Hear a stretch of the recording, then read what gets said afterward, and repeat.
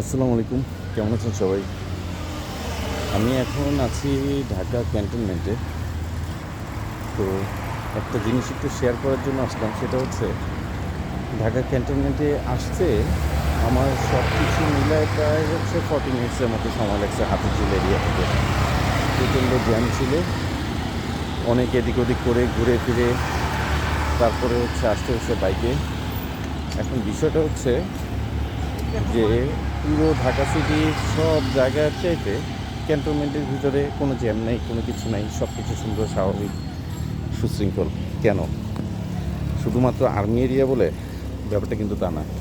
ব্যাপারটা হচ্ছে এদের নিজস্ব একটা সিস্টেম আছে, এদের নিজস্ব একটা ল আছে, এবং ওই সিস্টেমটা, ওই আইনগুলো তারা মেনটেন করে।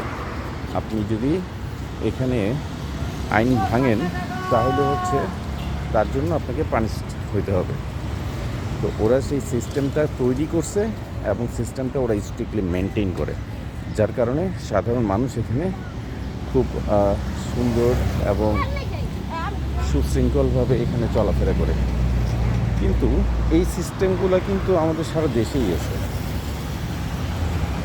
সমগ্র দেশেই আছে। আমরা রং সাইড দিয়ে গাড়ি চালাবো না, রং সাইড দিয়ে গাড়ি চালাইলে হচ্ছে অ্যাক্সিডেন্ট হতে পারে, আমরা এইভাবে হাঁটবো, ওইভাবে হর্ন বাজাবো না, এটা করবো সেটা করবো, এই ধরনের সিস্টেমগুলো সারা বাংলাদেশেই আছে। কিন্তু সেগুলোর মেনটেনেন্স নাই, কেউ সেটা মেনটেন করে না। এই সিস্টেমগুলো মেনটেন না করার কারণে সবাই হচ্ছে যে যার মতো করে খুশি ওইভাবে চলাফেরা করে। তো ক্যান্টনমেন্টে যেটা হয় যে আর্মিরা সবাই যেহেতু তাদের সিস্টেমটা মেনটেন করে, এখানে সব কিছু ঠিক থাকে। যখনই আপনি সিস্টেম করবেন, সিস্টেম মেনটেন করবেন না, তাহলে সেই সিস্টেম করে কোনো লাভ হবে না, বরঞ্চ আরও বিশৃঙ্খলা তৈরি হবে। তো এখন অনেক বছর পরে মানুষ ভোট দিয়ে একটা সরকারকে, একটা দলকে জয়যুক্ত করছে, তারা সরকার গঠন করছে। এখনও সংসদ অধিবেশনও শুরু হয়নি। তো আশা করি নতুন সরকার এই বিষয়গুলোকে একটু গুরুত্ব দেবেন।